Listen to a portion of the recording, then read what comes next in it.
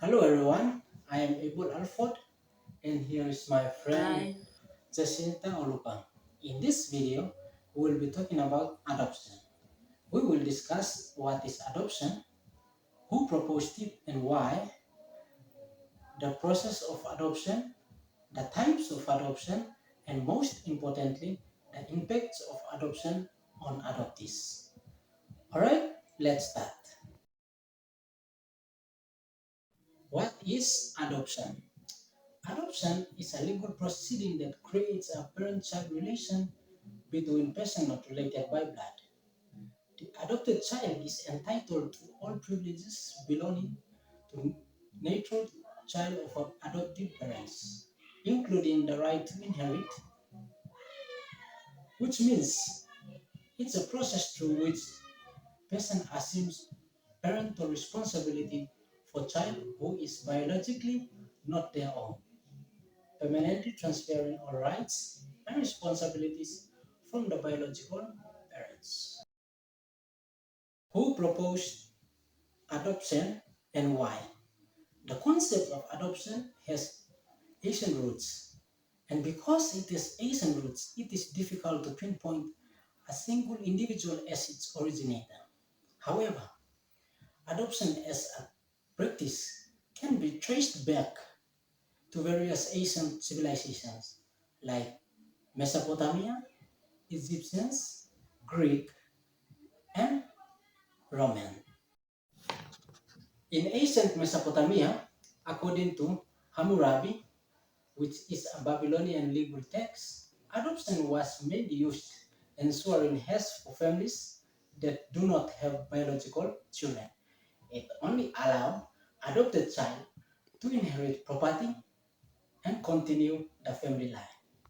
Also, in ancient Egypt, while adoption was less common, it did occur typically for the purpose of ensuring that property would remain in the family, particularly when no sons were available to inherit the estate. Likewise, the idea of adoption with Greeks and Rome points to ensuring that the family name and the estate would continue and was not necessarily focused on child welfare, but rather on preserving power and property within noble families. So, the concept behind early adoption was generally tied to inheritance, family legacy, and social stability. On the other hand, modern adoption began to take shape in the 19th and 20th centuries, evolving into a formal legal regulated processes aimed at saving the welfare of children rather than simply ensuring inheritance or lineage. The key developments in modern adoption are shift in focus to child welfare, often trains and reform, legal regulation and formal adoption system, and finally, we have the adoption as a family building practice. Looking at modern adoption, it is more likely a child-centered approach. Unlike earlier forms that we saw, modern adoption centers on child's best interest, framed as providing safe, loving, and stable environment for children who are unable to be cared by their biological parents. Also considering legal and ethical, adoption today is governed by law that ensures the right and welfare of all parties involved. The birth parents, adoptive parents, and especially the child. Agencies assess the ability of prospective parents to provide a supportive environment. So modern adoption is really rooted in child welfare, legal protection, and the idea of creating loving permanent families for children who need them. The concept has grown beyond a mere arrangement of lineage or inheritance, becoming a more compassionate, including system that focuses on the right and the well-being of children.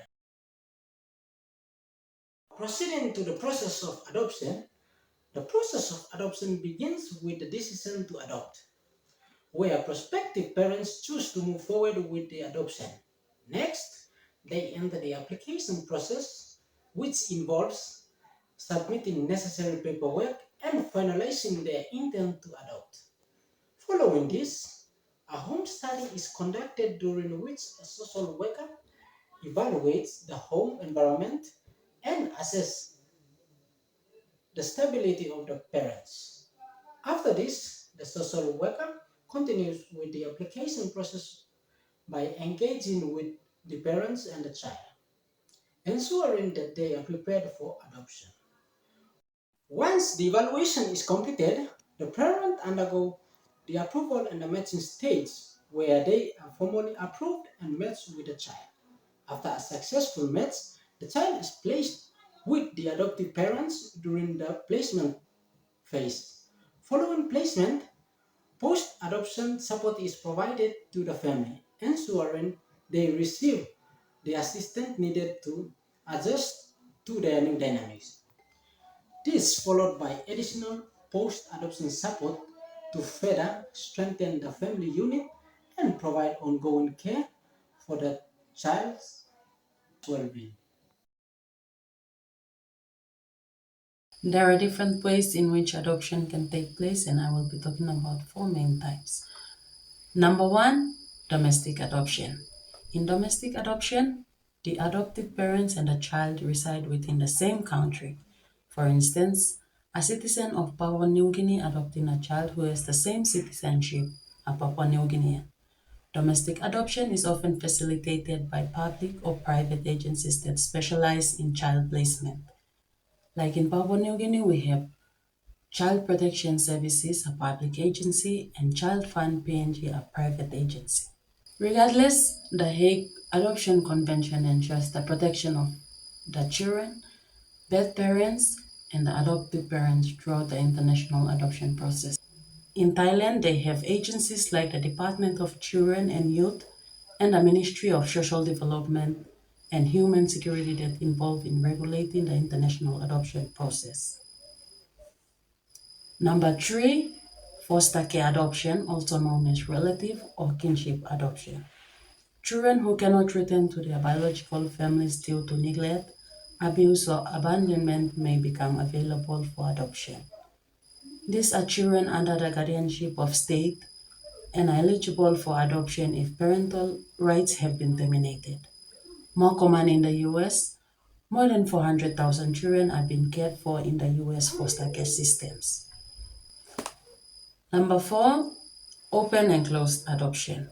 In open adoptions, birth parents may have ongoing contact with the child and the adoptive family, while in closed adoptions, records of the biological parents are sealed and contact is not maintained. Now, the types of adoption can be a single parent or joint adoption.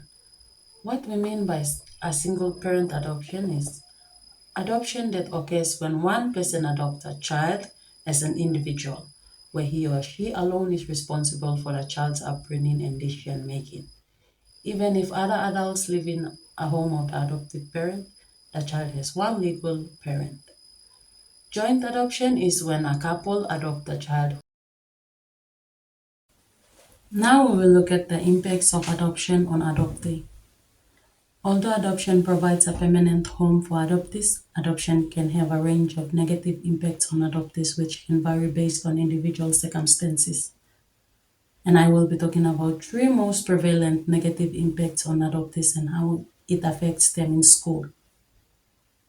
Number one, identity formation.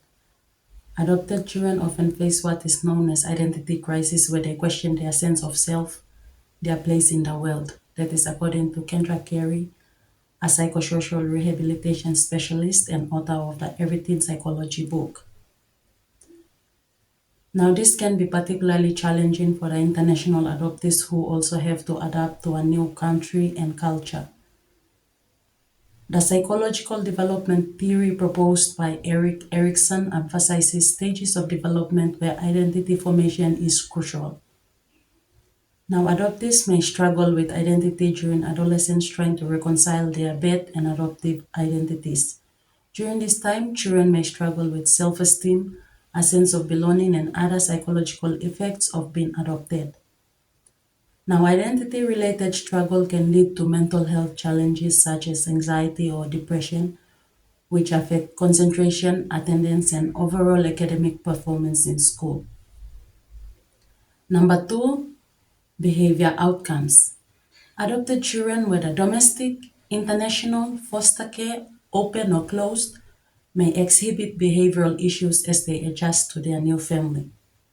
This can include major depressive disorder, post traumatic stress disorder, social anxiety disorder, substance abuse, and addiction.